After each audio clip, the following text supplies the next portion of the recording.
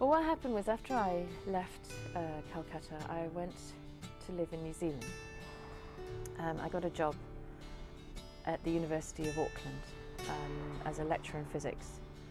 And before I left, my idea was that I would, I was 25 years old, and I thought I would sponsor gautam, that I would, send a bit of money every month, this was my idea, and sponsor his education. And Jane, who is the director of the RCFC, the Rehabilitation Centres for Children, she said, well, that's all very well, but what he really needs is someone to love him. And he loves you, why don't you adopt him? And I looked and I said, well, are you mad? Don't be ridiculous. I'm 25, I'm single, I'm going off to a new job, why would I do a thing like that? So, and then I went over to New Zealand, and somehow I couldn't get it out of my head. I just couldn't get it out of my head.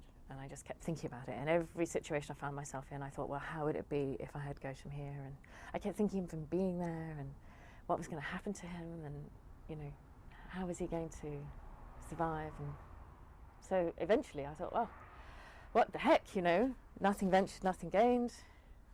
I'll see if I can do it. So I did. Gautam came to New Zealand. It was quite a good transition year for him in a way in New Zealand. I mean, it's a beautiful place, and we lived near the sea, and which was great. He learnt to swim, he learnt to ski, he learnt to do horse riding, and I was just entering my 3rd year. So I had 1 more year to go, and I had never planned to stay in New Zealand. So I thought I'd come back to the UK and look for a job.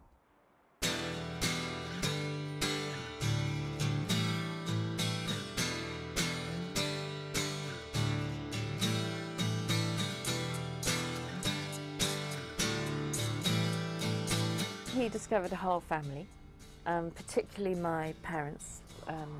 My mother fell in love with him the moment she saw him, and he her. They had this fantastic bond between them.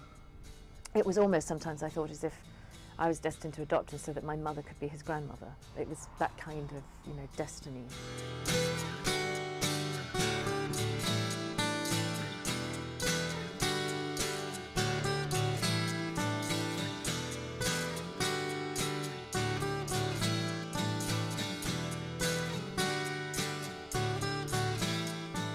When we moved to London, my parents generously paid for him to go to a school called Hill House in Knightsbridge.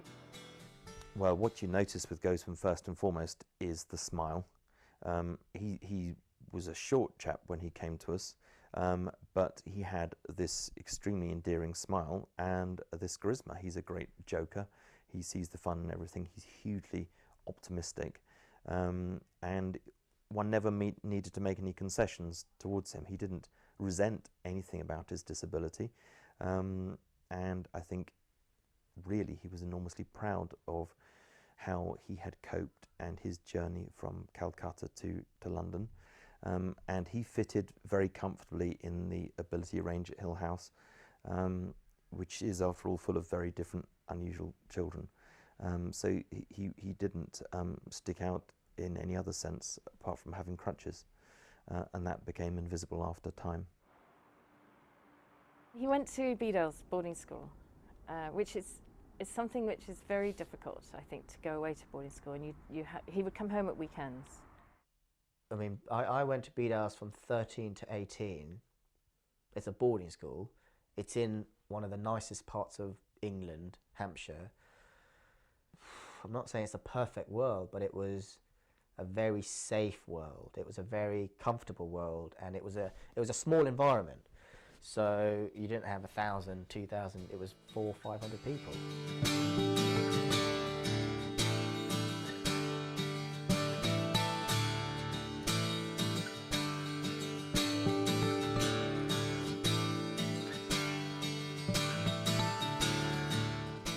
The minute he picked up a camera, he obviously had some empathy with that, and he showed that was a particular skill. And I remember giving him the darkroom key, which is quite a privilege here to be allowed to have it, and he really made use of it and spent a lot of time in there. Young people say, oh, I'm into photography, but they don't really follow it up as he did, you know, carrying a camera with you all the time. But he did carry his camera with him all the time, and as he said, you know, eventually realised that was his art. That was the art that he was good at. Yeah. By the time I picked up the camera, I'd known people for long enough, knowing what it is about those people I think I wanted to photograph. It was trying to capture time, space and reality before it has time to pose. I feel in Gautam's work, and I genuinely feel this, that there's this very strong relationship felt between him and the subject, that he's broken through that and he is really empathising with them and has a sympathy for people.